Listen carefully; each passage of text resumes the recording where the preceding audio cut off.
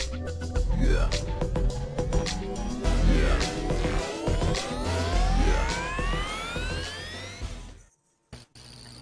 Hello, everyone, and welcome to another episode of Making an Impact.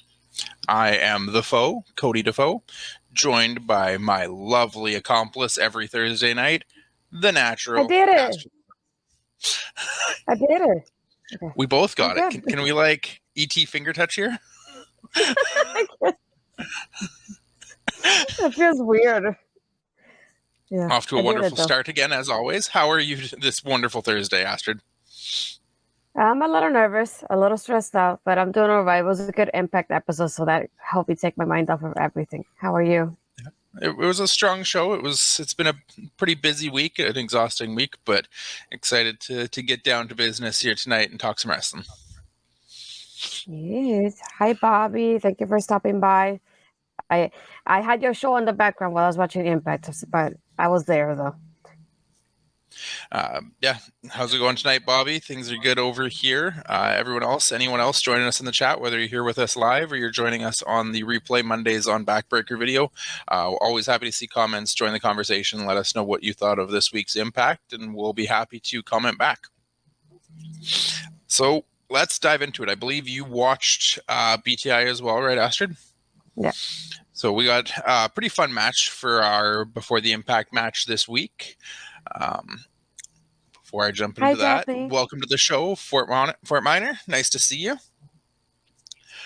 Before the Impact, though, Yuya Uemura versus Andrew Everett in kind of a smaller, dark match happening. Definitely a fun one still. Pretty basic match, but still solid output from both men. Uemura gets the win coming out of the loss in the tournament there. Some nice spots, some nice work being put in by both these guys. I didn't really see anything that really stood out as poor spots. Everett hit some really nice looking moonsaults, a lion salt, and a top rope, like where he splayed himself out on the mat. We got Uemura finishing with a clothesline from hell and a top rope crossbody, which I know I made the comment last week about Ray Walt continually mentioning him as kind of the future ace. Mm-hmm. This crossbody, after he was again called the future ace a few different times throughout this match, really reminded me of an ace's high that Tanahashi likes to hit as a lead into his high fly flow. So I think I'm kind of catching on to the idea of the aces here. I think they're really trying to build him up as somebody, if and when he makes his way back to New Japan, to be a Tanahashi type character. Yeah, it just reminded me that they said that during commentary a few times, so it reminded me of your comment last week too. Yeah, I like the pacing of the match. It was like very hard hitting and very high flying type of style matches I enjoyed. I think the only part that bothered me though, at one moment, I forgot what move Yuya was doing on Everett, but he like turned around towards the barricade and then he turned back around, like trying to sell the move. But the way he turned back around and then he just started waiting for Yuya to just drop on him. Like the sell itself and the way he did in the timing of it, it was kind of awkward for me to watch it. But other than that, I was hoping Yuya would win it though, just because I feel like even with the loss, he still has a lot of momentum on his side, and I didn't want him to really lose that. So when I saw that he won, I was really, really happy. And just keep that shine that he has on him at the moment as the way they're building him up on Impact. Yeah, this is the first time we've seen Andrew Everett since his kind of surprise appearance in the Ultimate X match as the replacement for Jack Evans. So it would have been a surprise, I think, for him to come back and immediately get the win over somebody who's kind of been around a little bit longer on the Impact, or more consistently at least on the Impact programming, in an Andrew Everett. Or in a Yuya Uemura, sorry. So it definitely felt like a place where Uemura gets that win back, gets a little bit more of his momentum back on his side, and can go forward as a consistent part of the X Division roster on his piece in the Excursion here. Mm-hmm. Very true. That was it for BTI for matches. Other than that, just your typical BTI recap of everything that's happened last week and the stories going into Overdrive tomorrow night. We are going to touch on Overdrive throughout the show here. We're going to, as we go through the rundown of tonight's Impact, going to break down the matches as they happen, and then anything that is a story being built into the Overdrive show tomorrow, we'll kind of take a spot at each of those places in the show and give our picks and predictions on what we think is going to happen in those matches. So, jumping into the main show, we open as is the norm with the X Division on Impact. We get the Black Taurus versus PJ Black match, Black versus Black, if you will. Crazy Steve again out in the ring for what has become the norm, I think, for Black Taurus at this point, getting that kind of chilling decay intro from Crazy Steve. Interesting note I took right off the bat, though, when they had the tail of the tape up. I hadn't really paid enough attention to Taurus to recognize the fact that he's apparently won 5 of his last 7 matches in Impact now. And then they also made a comment about the fact that PJ Black, prior to this X Division tournament, had only ever competed in Impact Wrestling in title matches. And I mean, technically, this is still a tournament for a title. So PJ Black apparently only comes to Impact when there's gold on the line. Smart man. He comes, he wrestles for gold, and then he leaves. Why not? The match itself was actually pretty slow for an X Division match. This, I think, was my least favorite match of the entire tournament so far. I feel like there were a lot of missteps. There was a lot of timing issues. There were a lot of things that I kind of picked out after kind of the clean, solid match that we got from Uemura and Everett. This one kind of stood out a little bit in the wrong direction as a step back from that. I definitely applauded Taurus and PJ Black for their performances in the first round. This one didn't hit for me. What did you think? Yeah, interesting. I didn't think about the facing on this one like I did with Everett and Yuya. But yeah, I see what you mean, though. I feel like slower in that type of pace, like nothing really picked up because of it. But I like how they went against each other. It was very hard-hitting between them, though. And just like those sort of spots, and I'm like, okay, that's good to see. But I like the part when I forgot what he did to Black Taurus, but Black Taurus on the outside, and he starts encouraging the referee to like start cutting him out, just like if I can get the victory, this way I'll take it, kind of situation, which I thought was interesting because a lot of people usually don't do that; they just want to win the match. But yeah, and that Spanish fly, I loved how it looked too. Yeah, overall, the only thing I was torn between this one because when I kept seeing it, just I didn't know who was gonna win it though, because I felt like it was for a while all PJ Black, and then for a while it was Black Taurus. It was like good back and forth for me, so I didn't know who to pick. So when Black Taurus won, I was kind of surprised. Yeah, I mean, going into the match for sure, coming into tonight, I was on the fence on this match. I know I said during Black Taurus's first round match that he was somebody that hadn't really ever had that chance to take off, and I couldn't necessarily see him in that role based on where he'd been up to this point. And then after PJ Black's match, I was kind of sold on the idea of him going deep into the tournament, especially the promo he cut after winning that match about going all the way and winning the title. So I was very back and forth. I think just the presentation of Black Taurus now, and specifically mentioning his winning streak and the way that they're making him feel like a big deal with Crazy Steve, giving him almost the Heyman-esque intro into the matches now, makes it feel like he is the right choice to be going into the finals here. Yeah. That said, we can jump right off the bat here. So this one led us into the finalization of what our X Division tournament final match for the X Division Championship is going to be. And it will be Black Taurus versus Trey Miguel. Astrid, hit me with it. Who do you got coming out of this match? Yeah, this was one of those, I think probably torn up by like half of this card at this point. But I would say based on the way I like it, I'm going to go with Trey on this one because I really want Trey to have that title again. And I love his style, and he really sticks to me and stands out to me. So I really would like him to have a title again. So what about you? I wanted to say Trey. I wanted to say all along that I thought the Trey and Speedball match should have been the final. And it very well could have been the final. There was no reason you had to do the Kenny King spot last week to make it not be the final going into the tournament final. So on that aspect, as I started thinking more and more about it, and the fact that they decided to put Trey and Speedball on the same side of the bracket makes me think that neither one of them was actually coming out with the title, and makes me want to lean towards Taurus. And that was kind of really fed just by that overall presentation and feel that I was given in tonight's match for Taurus. As much as it wasn't a fantastic match and I was let down by that, I still think Taurus has really paid his dues in the company and is ready for a push and a run to see how he handles the title. Yeah, so at least we're opposites for so far. After we got through the match, we went backstage, and Scott D'Amore has Frankie Kazarian and Tracy Brooks on one side of him, and Josh Alexander and Jade on the other side of him. And this is the most awkward contract signing I have ever seen, with everybody sitting on the same bench facing towards the camera, talking across Scott like he's just a child in the middle. It was a very unique contract signing. I felt a very interesting way to go about it. Just very respectful. Josh crediting Frankie about their tag team match, how it's the best Frankie Kazarian he's ever seen, and he's at the top of his game and really excited to face him.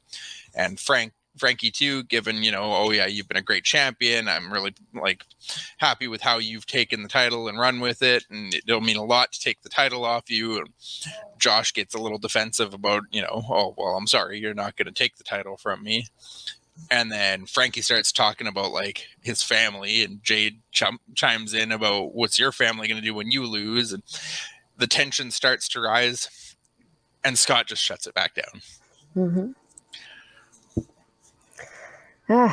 This one, I didn't know how to feel about it, because like you said, it was a unique setting. But it just when I think about contract signings, I keep thinking how NXT does it with literally the camera on this one, you can see both sides of the table. So the way that they did the setting of basically a whole line of them like this, I thought it was unique and different for me. I'd never seen it set up that way. So we'll see if they decide to do it like this in the future.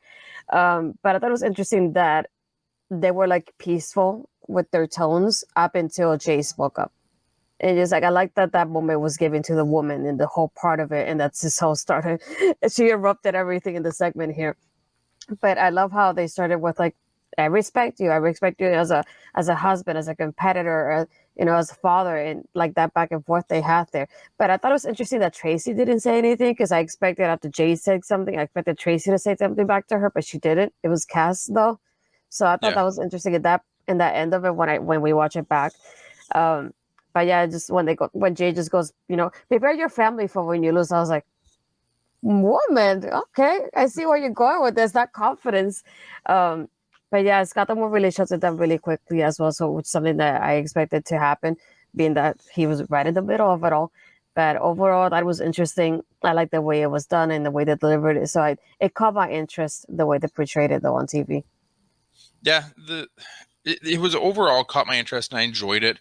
The one thing that stood out as a negative for me on it was kind of the way that Frankie was the one to cut back on Jade. It almost came across as that idea of the men are talking, you don't have a place here. Yeah. And I could have definitely seen it better and being portrayed better if Tracy was the one to stand up and be like, who asked your opinion? Yeah. So yeah, that was the only knock I had on it, was that it made Tracy feel like she was just a bystander there, and whereas Jade getting involved. It's really interesting that they've had the families involved in this, and that now this is the second time we've had Josh's family really playing heavily into a story. So I'm curious to see if we do get something here where Jade and Tracy get involved on the ringside at some point in time, or are they going to be sitting side by side against the fence line again and something falls apart and breaks down here, or how is this going to play out? Yeah, it's what I think it was the last paper, or was it the Impact that they're teaming up, when I told you that both of the wives and the kids were sitting next to each other, but they kept pointing to the camera to them, but nothing really happened. So I wonder this is something that's going to play out now in the paper, that they point the camera to them in the audience, and something does happen this time though. Yeah, for sure. So we had a quick break there, and then we came back, and Frankie and Josh were just backstage afterwards, kind of clearing the air between them, and a lot more respect. And Bully decides to pop his way through a door.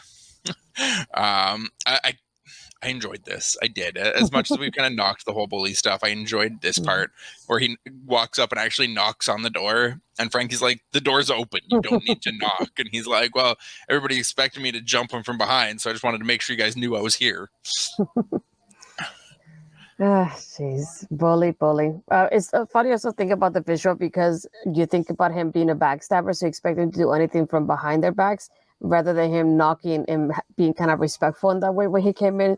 So it just kind of in a way trying to show you how that he's really changed. But has he though? Yeah.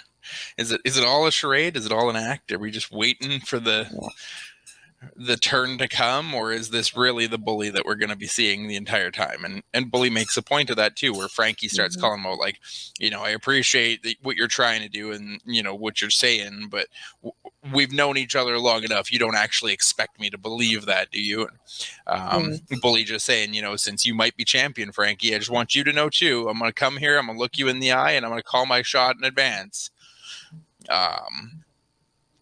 We're definitely heading to a point where I think this match has to come sooner rather than later. I don't know how long you can play out this Bully Ray story. I don't know if you drag it out to Hard to Kill. I know we've talked a lot about Maclan being the guy at Hard to Kill, regardless of whether it's Frankie or Josh. But at some point here, you have to have this Bully story actually come to fruition. It taunts me because I don't want Bully to have the title. Like I said, I just want Steve to have it. And it's just like, do we come at a point that we have Josh versus Cass, Josh wins, and then next up it's Bully, and then Josh wins again, and then we have Maclan? I feel like it happens to me with the same thing with the Knockouts Championship when we get to that. Just like, there's so many ways they could go about it, because they could easily pick Cass and just go Cass and Bully. But at the same time, I'm not sold on it like I am with Josh being involved. So I'm torn when it comes to this, no matter how they point it out. Yeah. The other part I really enjoyed here, though, was the way Josh kind of snapped about it when Frankie starts calling out, and like, even after Bully walks away and Frankie's still telling him, you can't trust that man. And Josh is like, why do I need to trust him? Everybody's coming for my title. I know everybody's coming for my title. He's just another challenger. It doesn't matter if I trust him or not. I know he wants the gold, and I know I'm going to have to fight him eventually. So why should I care what everybody else says? And it kind of felt like he was just saying what everybody else in the audience has been saying. Like, why do we care? Why does it matter what everybody else is telling Josh? Why do they all feel the need to have to come up and tell him, don't trust him, don't trust him, don't trust him. You can't trust him. He's untrustworthy. You can't trust him. Like, why is this a thing that had to go on for over a month now? And it felt like Josh kind of is starting to feel like the audience in that he is the guy. Like, why do I need to keep hearing everybody chirping in my ear about this? And Frankie's then comes back and says, if you really want to know, go ask his best friend Dreamer. Dreamer will tell you. I like how it just reminds me of that fact of like, this whole time you see him just not reacting much. So when people tell him about the trusting part, instead it was just that he kind of like snapped a little bit, but not entirely. Like, I'm waiting for something else to explode a little bit more when it comes to Josh. But yeah, I definitely feel the same way he has. It's just okay, we've heard it in so many ways. There's only so many ways you can say it in English. We need Spanish, French next.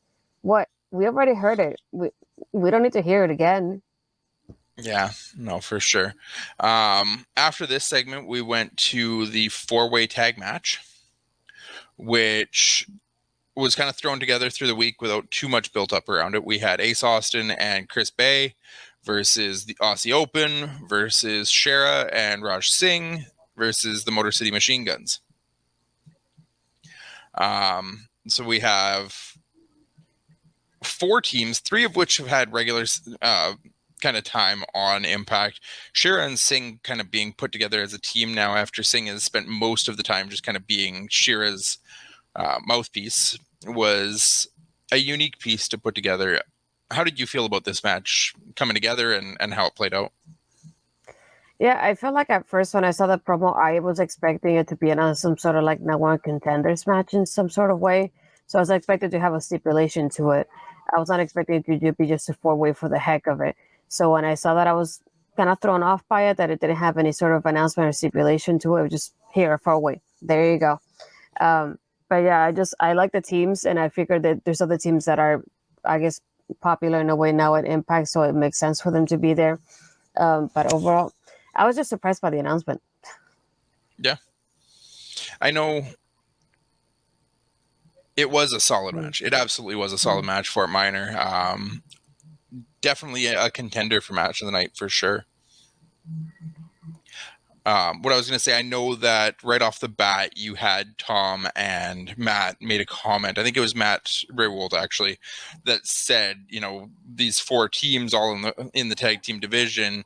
You got to imagine whoever wins this match is in the running for the next title shot, but nothing officially.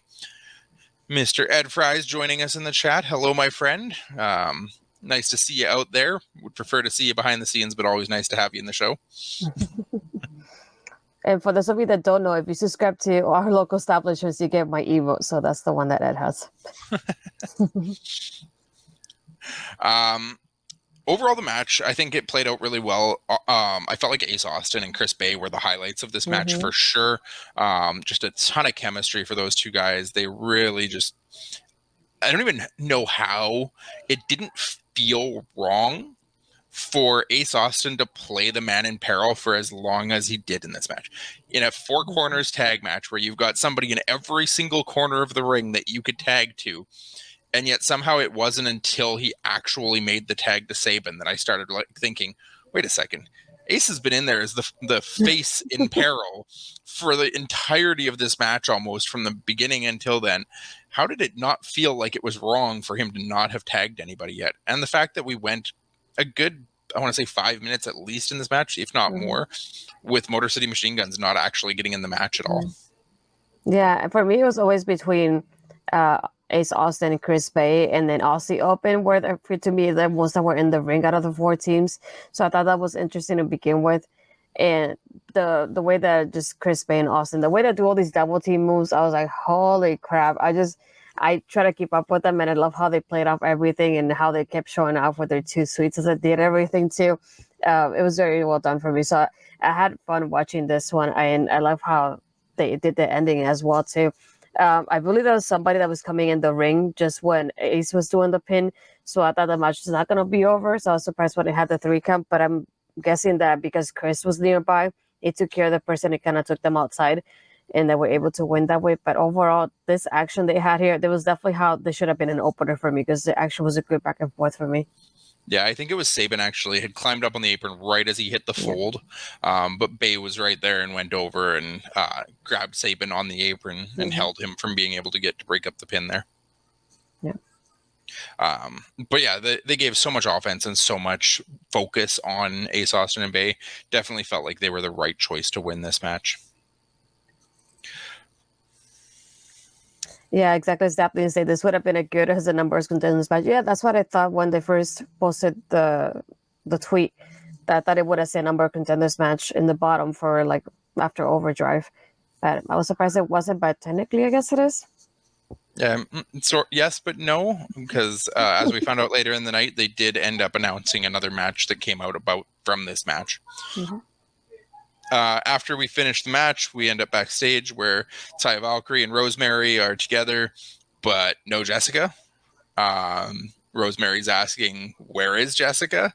And I guess Taya hasn't seen her since last week, except on TikTok, where she's been doing TikTok dances, which supposedly were very bad, even though we didn't get to see them. Yeah. I was surprised they didn't put them on screen somehow for us to watch them, but I thought it was funny the way. And she's like, look at them. But then instead of having the phone like at a good distance, she had the phone like up to Rosemary's face. So just like, how could you watch it like that? I would be squinting either way. But maybe she's as blind as Crazy Steve. Perhaps. But we get Taya explaining that she's already talked to Scott D'Amore. If Jessica doesn't show up for the match tonight against Tasha Steelz, that Taya Valkyrie gets to step in, which we basically got immediately after this. We had a quick just the Jordan Grace promo that was put up on Twitter earlier in the week announcing the last knockout standing match against Masha, and then we went right into the Steelz versus Taya Valkyrie match. Astrid, you're a resident knockout expert. I wouldn't say an expert. Sheesh. I was kind of surprised this was one after the other, because I expected after the promo to have one match and then this one to have to have a breathe between what happened between them and that, because I feel like they could have run it more towards the end of the show to kind of give you the doubt, is Jessica going to show up or is it going to be Taya, rather than just like, here, it might be me later, and it's just 5 minutes later she's the one out there, and I was like, Oh, good to know. It's you. So, but I feel like this match, to me, it was such a quick match, which I didn't expect with Tasha involved. I was gonna count out later, and I didn't take a note how long it lasted, but I feel like it was just to highlight Taya to get them some kind of momentum going to Overdrive. But it felt super super quick to me. I was not expecting that, even with Savannah being outside there too. But they had a good back and forth towards the end until Jessica came in for the save, and she almost punched her partners too until she realized it was them, and she didn't hit them. Which I thought was funny the way they interacted with her. But yeah, overall, I thought this is not how I expected Tasha match to go tonight at all. Tap, Yeah. what did you think? Yeah, the first note I took down of the match was that it was a quick match. So I'm glad we were on the same page with that, that I wasn't just crazy and thinking that it was a quick match. It almost makes me wonder if maybe Tasha wasn't 100% for these tapings, because we had the 1 week where she came out and basically intentionally got herself disqualified to set up the Savannah as the cannibal angle here now. And now another pretty quick match against Taya Valkyrie where there weren't a lot of really high spots or heavy spots. So makes me wonder where she was at health-wise when we were in Vegas for this show. It also now is back-to-back losses for Tasha Steelz, which is something I think we have to consider. Or is it even 3 in a row? Yeah, that's what I was about to say. I think it's 3 at this point. Because did she get the win over Killer Kelly in the end or no? I don't remember. I don't think she did, but I'm gonna have to look back. Yeah, I would I have have to a double terrible check. memory, people. No, she did. She did, because we were talking last week about Killer Kelly coming off the loss to Tasha. Okay. So she got the win in that one. So yeah, this is the disqualification where she said she was too good to wrestle the local talent, and now a roll up against Taya Valkyrie going into a title match is not looking good unless you're really invested in the reverse momentum theory. But the match itself just kind of happened. We had the shenanigans afterwards. Tasha getting mad about losing, attacking Taya. You have Rosemary coming to help. You have Savannah come in to attack Rosemary. And then just as you're seeing Taya and Rosemary getting beaten down, it's because I'm sick. And you get Jessica coming out in a hat with 2 beer cans and the straws down to her mouth. So apparently she's been drinking ever since last week's show. And she has a sash on, a bright pink sash that reads Shots Queen. So I guess this is where we're going with Jessica's character right now. And I forgot she's in Vegas too, so that doesn't help. and my note after she came out, I acknowledged what she was wearing, and all I wrote was I don't know. I don't either. I don't know what that was. But I don't know what to think of this. I don't know what to think of the Death Dolls. I find Rosemary to be really weird in this angle. I think Taya and Jessica could maybe be something without Rosemary. Taya and Rosemary could be something without Jessica. The trio, ever since they've came together, it just seems like it's a really weird fit. So I guess we'll kind of see what happens and what plays out tomorrow.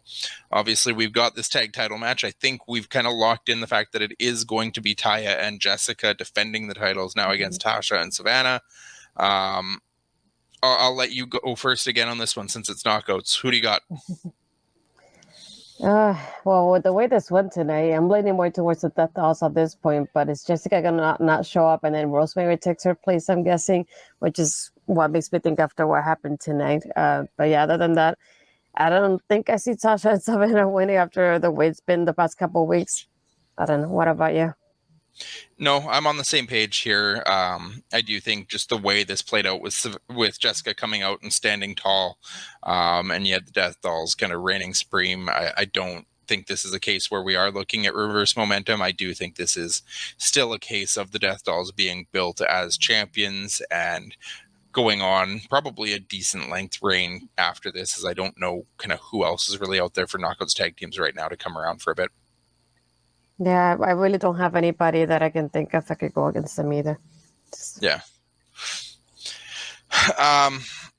Coming out of that, we get Josh now backstage approaching Tommy Dreamer, as was told to do by Frankie Kazarian. And Tommy, in a really roundabout, weird kind of way, lists off all of Bully's betrayals to him and everyone else, and how everybody has managed to forgive him, that it was basically just a speech about forgiveness. It's not that he might betray you, it's that we all forgive him in the end. I don't get what you're trying to say here, Tommy, but okay. But basically, the gist of it is he tells Josh at the end, if I can trust Bully, so can you. Yeah, this way, this is not it. It's like, I don't trust him. I really don't, no matter what happens.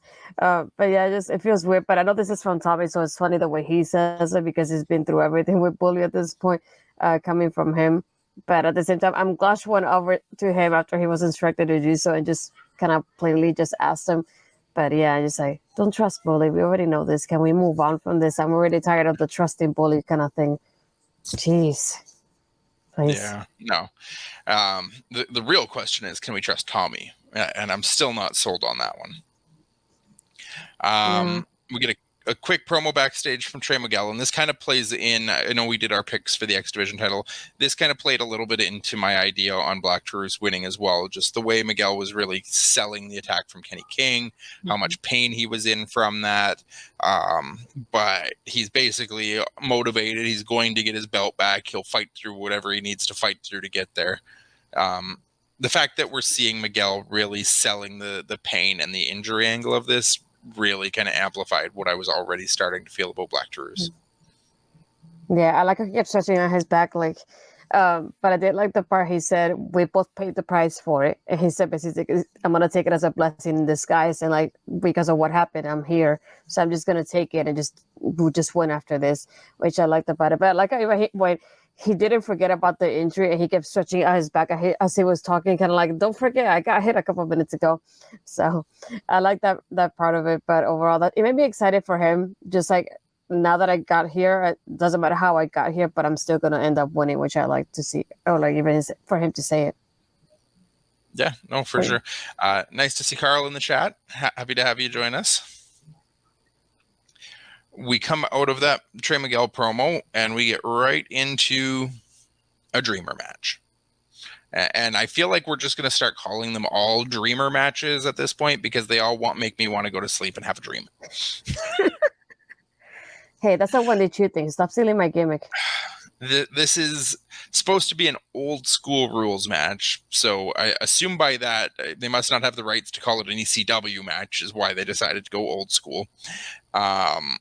But really, it was just no DQ, pins and submissions, but a typical no DQ match.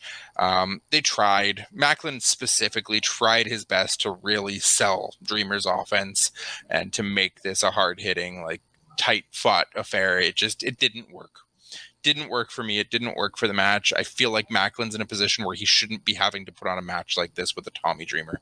If we really want to see him in a title match against Josh Alexander soon and potentially carrying the Impact World Championship in a couple months here, we need to be putting Maclan in a place where a Tommy Dreamer is so far below him that this isn't a match that happens with a Dreamer. This is a match where Maclan just comes out. Maybe Dreamer gets one or two hits in, but Maclan just absolutely destroys and demolishes a guy like that. Yeah, I had points at this match that I thought Dreamer was going to win, and I was kind of getting worried about it because I kept thinking, Steve should have the momentum going into this, so why would Dreamer win this? Please don't do this to him. I feel like that would kill him and his character and the storyline. So I kept watching like, no, please don't win. I feel like the trash can is the one that made Steve go to sleep, so he may have something in common with you at this point. But it was just the trash can versus Steve. That's what it felt like to me. It wasn't Tommy at this point. I saw more of the trash can than Tommy. You had so many spots here, like the two that I specifically noted down. The corner elbow drop by Tommy Dreamer, that was absolutely awful. That looked like an old man trying to jump off the top ropes and just falling. Like he went to jump and just went, oh wait, I fell. And then when Tommy tried to bring the table into the ring, and he Oh couldn't my even get the god. table into the ring by himself. He I had to felt call bad.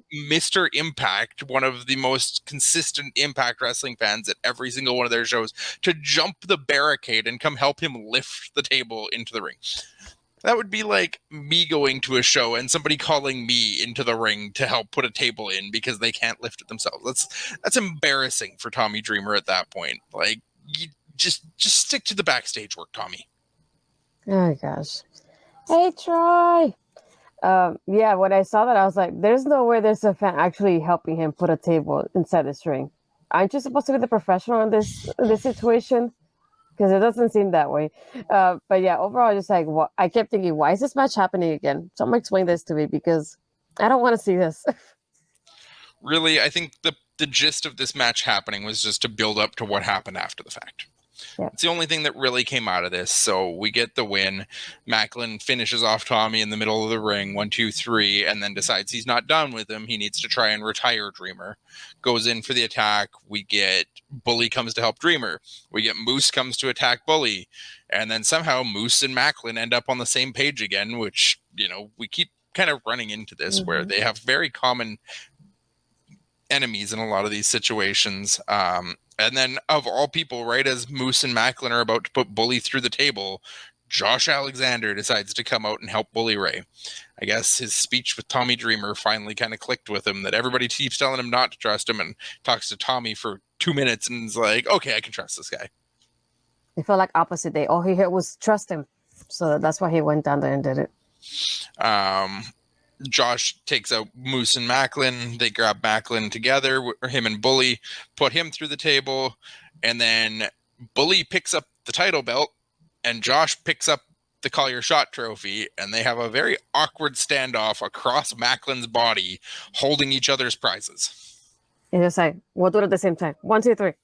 That's what I was expecting to see. But then they kind of set up to do that, and Josh gives the trophy back, and Bully still holds on to the title. Like, what are you doing, Bully? Give the belt back. It's like, I said 3. But, yeah. We are going to save the Josh Alexander pick for the very end of the show here.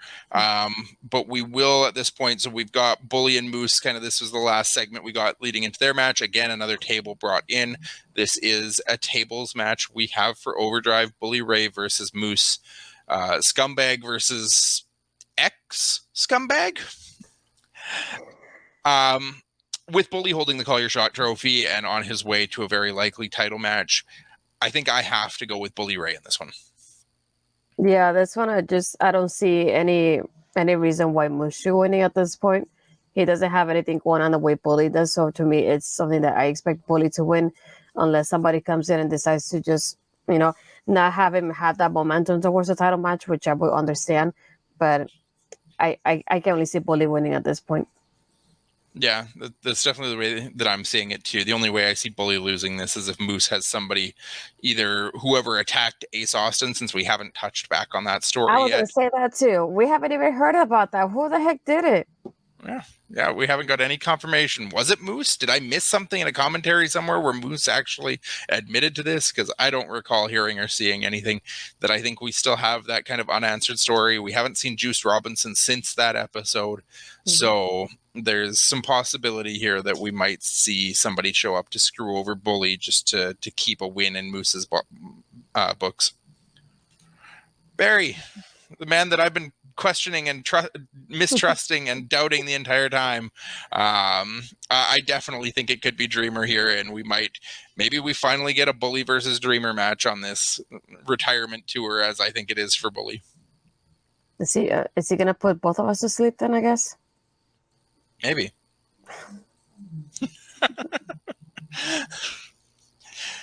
Oh.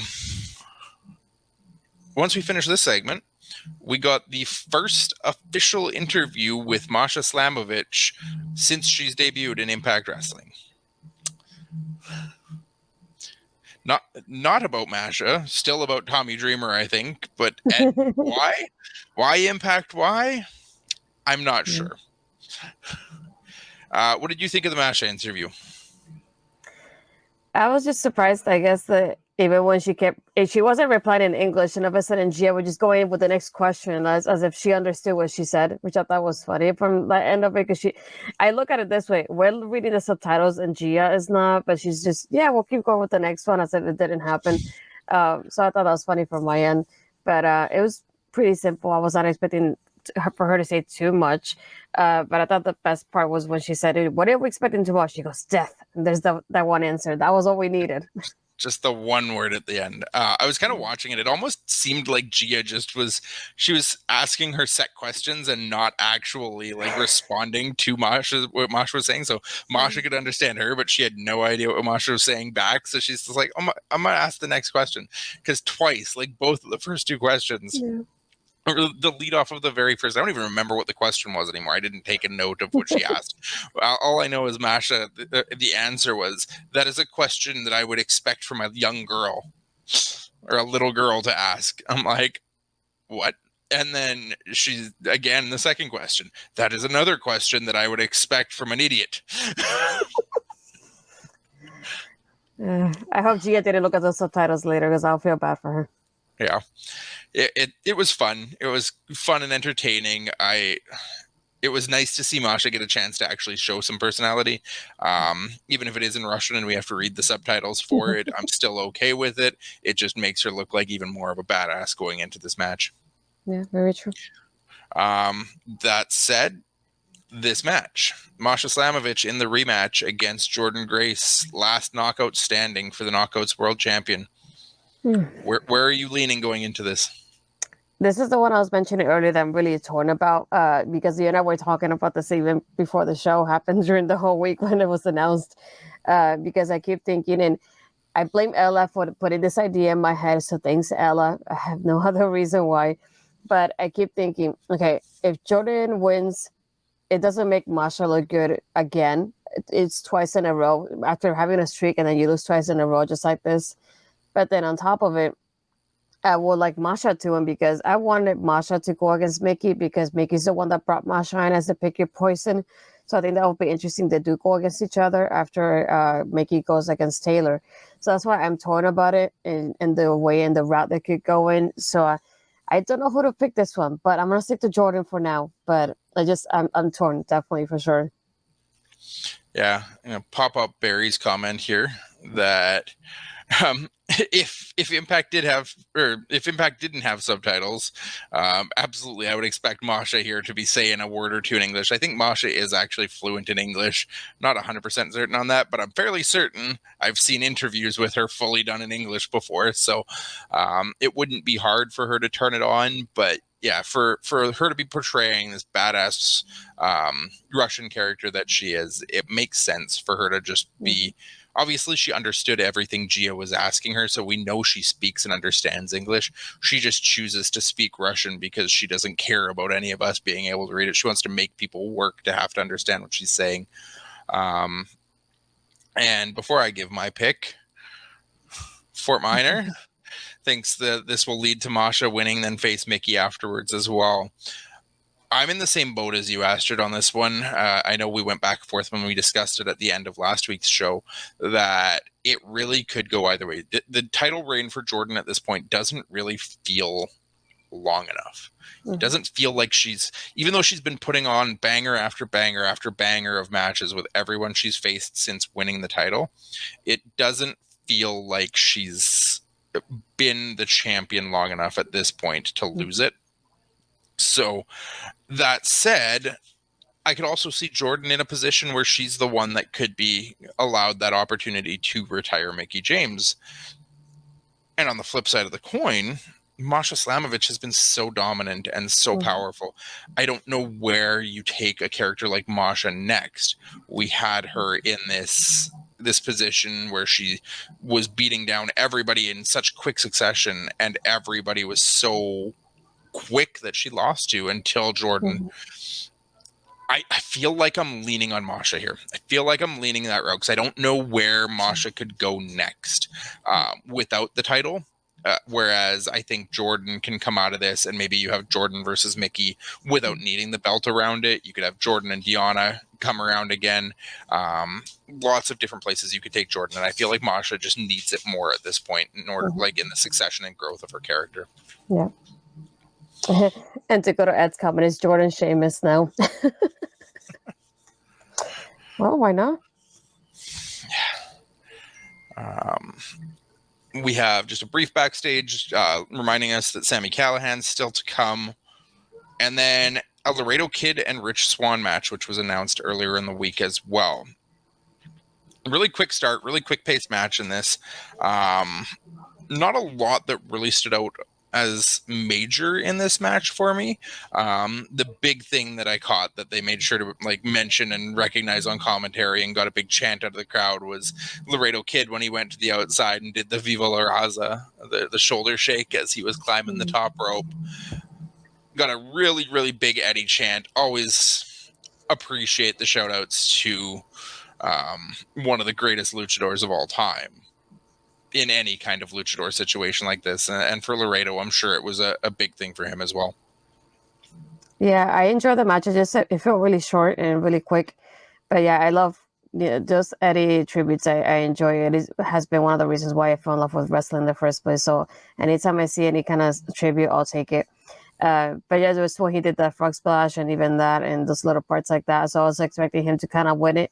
But I think he was hurt recently, not if I'm not mistaken. So that's what made me think that probably Rich was winning it. But I guess it was kind of to get that momentum towards Overdrive for the match that was announced later on. But other than that, I didn't find a point to this really.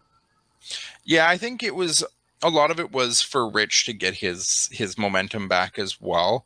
The last time we saw Rich would have been the match against Eric Young, where he was kind of attacked by the design prior to the reveal of Khan and Angels in the group, where there was just the yellow hoodies beating him down. So it was kind of a place to put over VBD, and Rich took the fall out of that. So this just seemed like a good way to get him back into the win column leading into that match as well. Coming out of that match, just a quick backstage between Mickey and Taylor, and you called this one last week, that, they're setting up their match for tomorrow night. Taylor against Mickey in the last rodeo and the chance to retire her. Mickey calls out Taylor for, the one thing's been bugging me all week that I can't get over is I told you to stay backstage and you didn't. You called it. You said all along you thought that was how they were going to build to the match tomorrow night. Now was that. Taylor obviously says, I just wanted you to like win or lose. Like if you were going to lose, I wanted you to lose fair and square, and I was just taking Deonna out of the equation. But that said, I didn't want you to lose last week because I want to be the one to retire you. Yeah. This part, I was not expecting it to be a backstage segment, though. I thought it would have been some kind of promo of her calling out Taylor and asking her, I told you not to come out. Why would you come out and kind of not have them brawling in a way, but kind of have that heated argument in the ring, and for her to give her that reasoning. I like how the way she answered it though. And she just goes, "Well, I don't want her to retire. If anything, I want me to do it. So that's why I helped too." And then she just smiles as she leaves, and Mickey's like, "I see where you're coming from." It's like if she's not gonna do it, then like you want to do it, which she kind of understood in that way. But I like the way the facial expressions and the way they sold everything. I just expected it to be in the ring and not backstage. But it was exactly how I pictured it last week. Fort Minor, Mickey's last match with Taylor would be wise. Not sure I would lean that way. I feel like Astrid and I have kind of been a little harsh on Taylor the last month or so since she's came back, that her in-ring and her wrestling hasn't really impressed or stood out to either of us. So I think this is a match. It should be good for her to get to be in the ring and in a match with a person of Mickey's caliber, but I don't think Taylor's at that place where the rub would really benefit her as a whole, given that she just doesn't feel over in general. Yeah, I feel like it will end up just like most of Mickey's matches, just like shaking the hands of her opponents and her beating them. I think it does help in a way with Taylor that she's going against Mickey. Mickey's the one that's probably going to outshine it. She's also gonna help her through the match. So I see it coming out as a good match because Mickey's involved, not because of Taylor. But at the same time, just like I said, I just maybe Masha wins, and then just we have Mickey kind of facing her after she wins the match, after the Knockouts Championship match, to like end it that way and to give us that insight that maybe for the next paper we will get Mickey and Masha. How do you feel about Mickey and Masha in a Mickey's last rodeo match at Hard to Kill? Yeah. You know, Also, Mickey going through this last rodeo, really kind of setting up that she's hard to kill. She's not going down. Would it work, and would it make sense for her to lose at Hard to Kill? I think I don't want Mickey to lose though. Do you draw it out to like a sacrifice in March? Or potentially to next year's, you've got Rebellion next summer too, right? You've got a few months where you can play around with this and let her kind of run her way through the entire division for a while. I think Hard to Kill is too quick. I think Sacrifice might be something where it would play a little bit better in a timeline for when the last rodeo can kind of run its course. That said, let's jump into it. Mickie James and Taylor Wilde. I think I've kind of already given away my side on this, that I'm leaning that this is not where we see Mickie kind of taking her final bow. This smaller exclusive event against a competitor like a Taylor Wilde just feels like it's another spot for her to add one more notch on her belt, building to something bigger and potentially losing it in that title match, that final step of the way. Yeah, for me, win or lose for Mickey, it'll be in a bigger paper than just Overdrive. So I don't expect it to, if anything, I don't expect it to lose at this pay-per-view. Like I said, like we've been saying, Taylor hasn't been the best for me since she has returned. So I don't expect her to win. I don't feel that she has a benefit towards winning versus we do have Mickey's career on the line.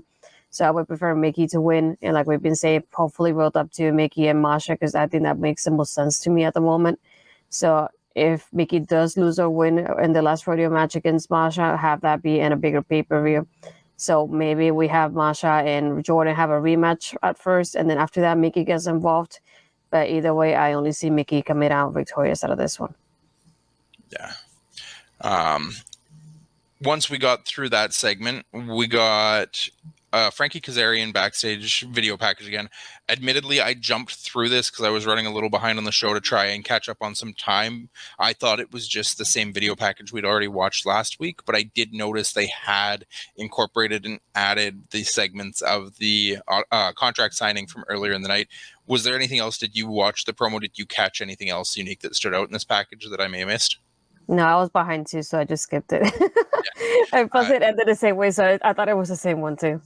Yeah, it looked basically the same, just added a couple little pieces in there. We already kind of went over how hyped we are going into that match and how these video packages have hyped it up as, additionally. So, Fort Minor talking about the stress being there either way. Obviously, I think anytime we see Mickey in a ring right now, you never know where it's going to come. I feel like on anything that's a pre-recorded, obviously it'll probably be given away when that happens, so you're not going to do it there. A live show like tomorrow night is where you're really going to see the stress of it coming out, that we don't know what's going to happen until the match ends. And Barry kind of on the same page as us here, that Mickey's winning this, that it'd be a massive anticlimax if it happens on an event like tomorrow against a Taylor Wilde. Mm-hmm. So then we jumped in and we got the rundown of the Overdrive card. And they started by announcing 2 brand new matches for the countdown to Overdrive, starting tomorrow, 7:30 Eastern, 5:30 Mountain Time on YouTube and the Impact Wrestling YouTube channel and on Impact Plus. A 6-person X Division match: Kenny King versus Yuya Uemura versus Bhupinder Gujjar versus Jason Hotch versus Mike Bailey versus Rich Swann. So it's just kind of thrown together. Obviously, the big kind of piece to keep an eye on here, I think, is that we get Kenny King and Speedball in this match. Mm-hmm. I'm not entirely certain where I feel like I'm leaning. Do you have an idea where you're going with this, Astrid? This is one that when they put it in, I was trying to in my mind already make my pick, and it was already complicated because I I thought about it this way. It's a multi-man, so if somebody like Speedball loses, he doesn't lose by getting pins most likely. So I was leaning towards him winning, but if he does lose, he's protected in that sort of way. So I was leaning maybe for the moment for Kenny to win this, and then maybe set up with him and Speedball or something happening, and then while we have Trey having that title match in the tournament. So that's what I was thinking about, but I don't. I'm between Kenny King and Bailey somehow. I feel like I'm almost on the point where I think Kenny and Speedball are going to nullify each other in this match. They're going to cancel each other out. They're going to brawl into the crowd, brawl backstage, just be too preoccupied with each other to focus on the other opponent. So it came down to the other four for me. Obviously, Rich Swann got his win tonight, going in with some momentum. Bhupinder Gujjar had a win on last week's show, I think it was, where he has some momentum going. Yuya Uemura on BTI has some momentum. And Jason Hotch, the last time we saw him was the loss to surprisingly absent tonight, Joe Hendry.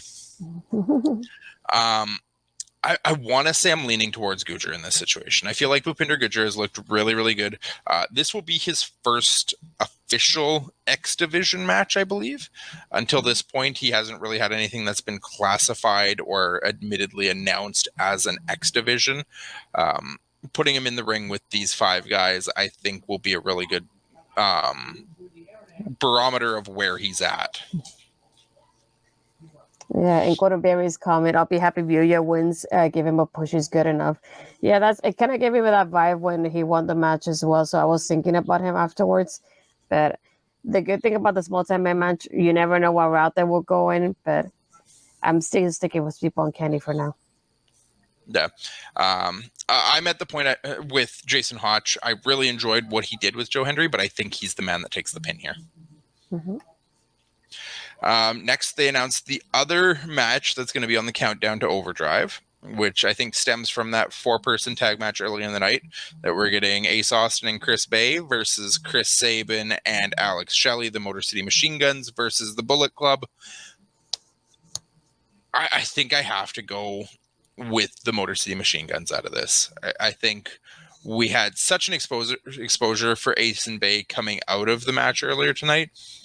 But the only thing that makes sense with this, that they didn't just give Ace and Bay the number one contendership coming out of that after beating Sabin and Shelley in that match, is that we're going to see Sabin and Shelley take that win back and get their number one contendership. Yeah, because I saw this match and I thought it was interesting because based on how the match went about, I would have picked Aussie Open instead of Machine Guns to be in this match, or just automatically give the Bullet Club the number one contender spot because they won that 4-way, because I felt that important in the card tonight. So when I saw this, I thought it was interesting. And then I thought, well, since Bullet Club just won the 4-way, maybe they did that so that way the Machine Guns can win this match instead. And that's why they give him that victory so close to the pay-per-view. So I'm going with the Machine Guns, but I'm kind of disappointed in a way that the Bullet Club is not the one that just got the number one contender spot here. Now, as Carl puts it, that's Bullet Club Light. I think Carl and Luke were supposed to be the official Bullet Club, so we got Bullet Club Light in Impact now. Barry, it definitely should be a great match. I'm not sure. Astrid, do you know what the blue titles the Machine Guns are holding in that picture are? I'm trying to remember which ones they won. I need a moment. Hold on. Yeah, I know I saw them win a match recently, but I wasn't sure which one. Oh, and Ed out here trying to make waves again.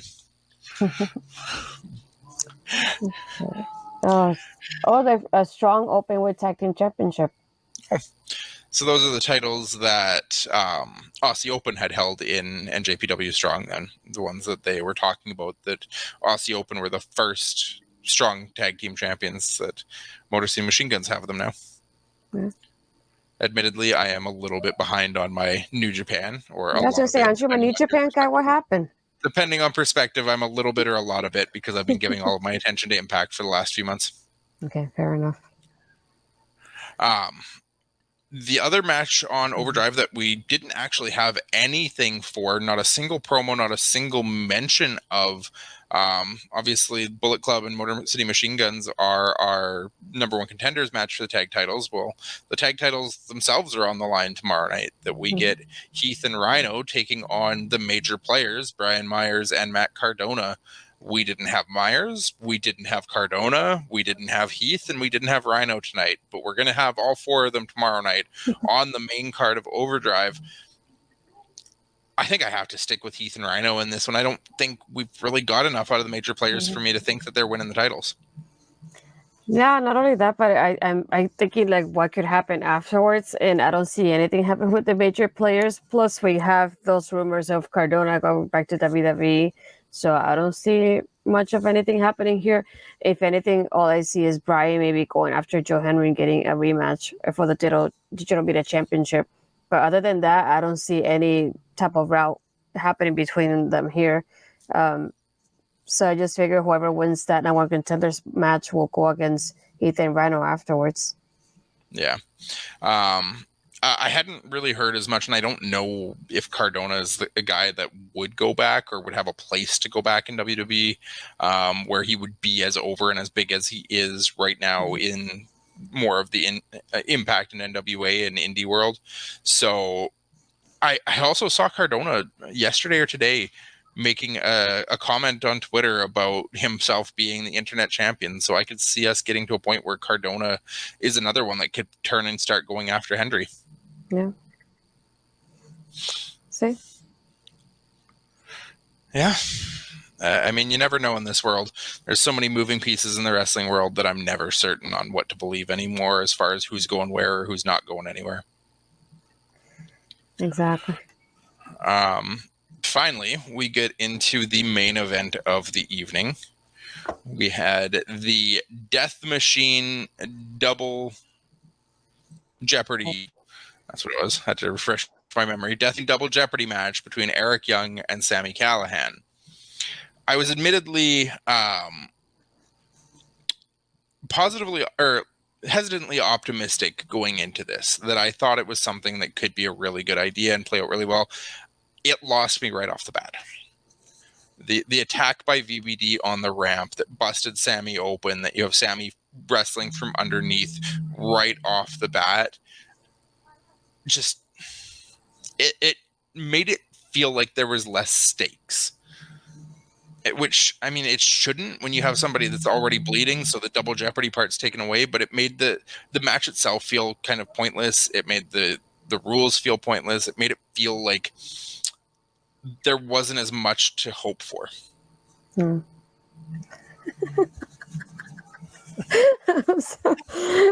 This from Carl Turnbuckle Studios. I'll take the weird match names for 200, please. I'm with Barry here. Is Jeff Jarrett secretly sending Impact new match ideas? No, he's doing that to NXT now. Or Fort Minor too. This very easily could have just been a barbed wire massacre match, and it would have had the same effect for me. I feel like if they had actually done a lot more, like, obviously you don't want to have to bust someone open the hard way, but I'd like to see this idea played out maybe in a fashion where somebody just takes and, like, I liked the spot where Sami took the picture of the death dolls and, like, tried to paper cut Eric through the side of his lip. Like, obviously that'd be painful and you wouldn't want to do that, but something like that where you just have to make the person bleed, right? Well, you don't have to make them gush blood out of their forehead. Just take and, like, staple their hand or something so they just got a little dribble of blood and suddenly you can pin them. Now they're bleeding. Yeah, I feel like the attack at the beginning just threw me off course already, which wasn't a good way to start the match to begin with. But thinking about it this way, he said you have to bleed to be eligible to pin the person. So that's why they were like, let's help him out and have him to have that advantage of it, that he can pin him right away. But it just, the timing of it and the way it started, I kept thinking, does that mean Sami's not even going to start the match because he was at the top of the apron when this happened? But I looked at the timer, we still had like 20 minutes left. So I was like, okay, so this is still happening. Good to know.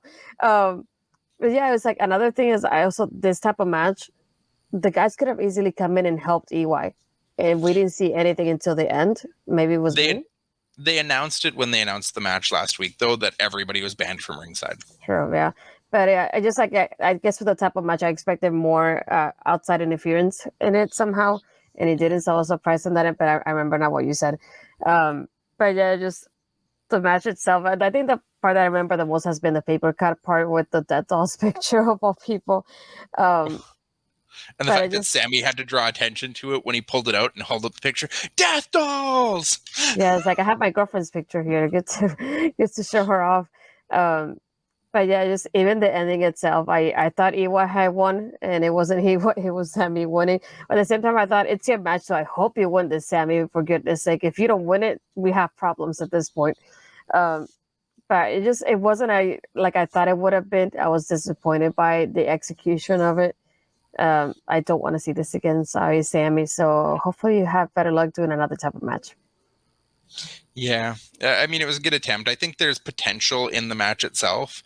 I think I had hopes that guys like Eric and Sami would have the ability to really pull it off and make it feel special. Was definitely let down by it. It felt like the stipulations just didn't have much bearing on the match as a whole. But we're also at a point now where we're 1-1. Eric won with the outside interference from VBD. Sami won a match of his own design. And then we finished this match with a very interesting scene in the ring that we probably won't really get to see play out until next week on Impact with Diener, Angels, and Khan.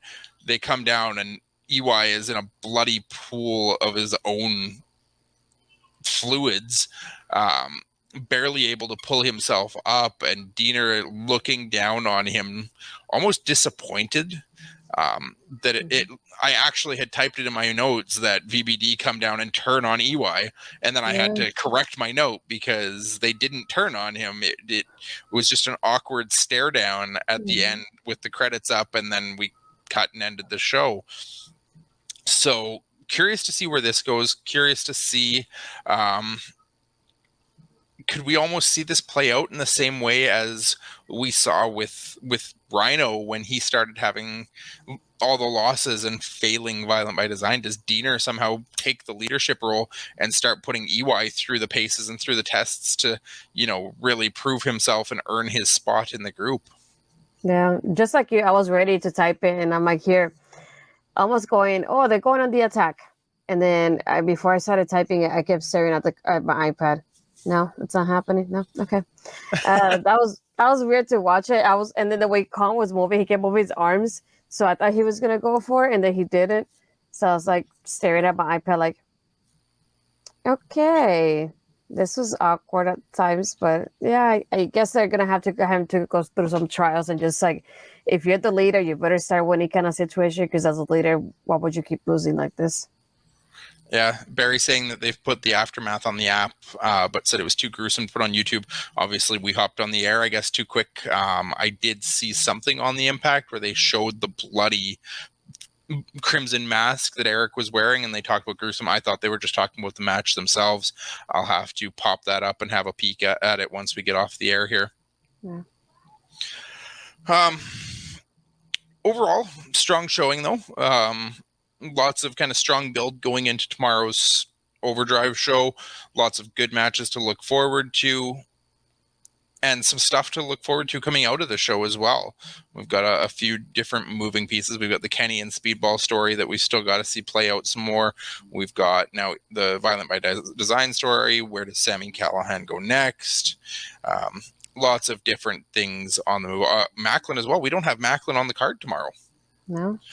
So where does he end up filling a spot on the Overdrive show? You can't possibly leave Maclan off the show completely, right? He has to fit in somewhere, even if it is just a backstage segment or as a bystander of the Frankie and Josh match. I'm sure we have to see him somewhere in the building tomorrow night. Yeah, I feel like I kind of see him getting involved somehow, whether it's a distraction, just walking down to the apron, just like, you have him now, but kind of like, I'm next or I'm coming soon towards Josh, maybe. Yeah. So the only match that we haven't given our kind of opinion on, we saved the best for last, I think, that Josh Alexander and Frankie Kazarian, we've talked a lot about it. We've had a lot of build to this match since Frankie handed over the X Division title and cashed in for option C to take his shot at his first ever Impact World Championship in his long, storied, and tenured career with Impact Wrestling. Astrid, I'm going to throw it to you first. How are you leaning? Who do you feel? This is another one that I was torn about because of the possibilities after the pay-per-view itself, but I'm sticking with Josh. I don't want Josh to lose it, especially in a pay-per-view like Overdrive. If he loses, I want it to be in a bigger stage with a bigger storyline involved, because I feel like him and Maclan will be like endgame for me. And as much as I like Cass and I want him to win that world title, I don't want Josh to lose though. Yeah, they've done such a great job in this story, just in a short time since Kaz came back, of really making him feel like a legit contender, somebody that deserves to be there, somebody who's going to be a strong challenger and a competitor and really hold their own in the ring with Josh Alexander. That even the story build in the background of all of the times that he's came close and never made it, and his multiple X Division championships and his multiple tag team championships and everyone that he's wrestled and everywhere that he's been and all of the champions that he's beaten but never got to be champion himself, that if Kaz wins, I won't be disappointed. Mm-hmm. I thought coming into this that there's no way I would want Kaz to win. I still want Josh to win. I still think there's somebody bigger for Josh to lose to. But if Kazarian wins the title tomorrow night, it's well-deserved and a long time coming. Yeah. But yeah, I'm taking Josh Alexander in this. I think we worked too hard to get to Josh as champion for him to lose to Frankie, unfortunately. I hope at some point Frankie eventually gets his title, but this isn't it. Yep, totally agree. That's it. That's our show for tonight. That's our rundown and preview and picks and predictions for tomorrow night. Astrid, the only thing left at this point, who was your impact maker? Oh, jeez, tonight. Well, I'm gonna cheat a little bit and just go Bullet Club. For the first time, we're on the same page. It's the only real standout performance of the night for me was Bullet Club Light. I had to go with it. It's specifically Ace Austin. Bay was obviously a big part of it, but Ace Austin, if I'm naming one person, it has to be him. I feel like he was the star of that 8-person tag match. Yeah, and going to Barry's comment, I hope Impact are able to sign Kazarian, perfect fit for Impact, and the type of wrestler that might get Impact taken more seriously by non-Impact fans. Yeah, obviously, Frankie, I think, is still technically under contract to AEW, so he's got to fulfill his obligations there. If he doesn't get a big role in AEW and he can actually commit long-term to Impact, I would love to see him come back as one of those veteran guys to really help bring forth the next era of Impact and the next generation of stars getting a chance to really do battle with him the same kind of way that I'm hoping Bully's last hurrah right now is going to do, and bring that veteran presence to a young locker room and a lot of newcomers and up and coming guys to get them to that next level in Impact. Yep, couldn't agree more. Okay, that's the show. For myself, you can find me on Twitter at Cody Defoe, on Twitch at Cody Defoe, here every Thursday night with the wonderful Astrid Pizarro, making an impact, talking all things Impact Wrestling. We will be back next Thursday. We will not have a show tomorrow night for Overdrive. We will talk the Overdrive show next week following Impact Wrestling before we dive into next week's show. So it might be a little bit of a longer show next week. We hope you can join us and talk Impact Overdrive and the Fallout show at that point. Astrid, where can we find you? My Twitter, if it exists after tonight, because Twitter is going in shambles tonight. But other than that, my Instagram is AstridPizarro20. You can find me Tuesdays doing Taking Over with Parrish. Thursdays, back with this one, doing Making an Impact. And Monday, hopefully, I'll have an interview with Women's Wrestling Talk. And on the weekends, I do my NXT review with Women's Wrestling Talk as well. Aside from us, we also support All Elite Podcast. So if you can follow them in their socials and everything they do for Turnbuckle Talk. We have Carl here in the chat with us tonight too. Even Bobby, who was in the chat earlier, doing MOW. usually before us on Thursdays as well. So we have that double feature between us on Thursdays as well, sharing it. So yeah, follow them because you never know which one of us are going to do stuff. Cody just released the Wakanda review on their YouTube channel. So watch that too. If you have seen Wakanda, if now you do like me, watch it after you watch Wakanda. And you can skip the spoiler section like I did because I got called out. But it is what it is. We did the review of Black Panther Wakanda Forever, and we also did our full rankings of the entirety of Phase 4 of the MCU, so would appreciate some views and looks and comments on there as well. That's it. That's all I got. Check us out back here next Thursday. You can check out the replay every Monday if you miss us on the Thursday. For Astrid, I'm Cody. Have a good night.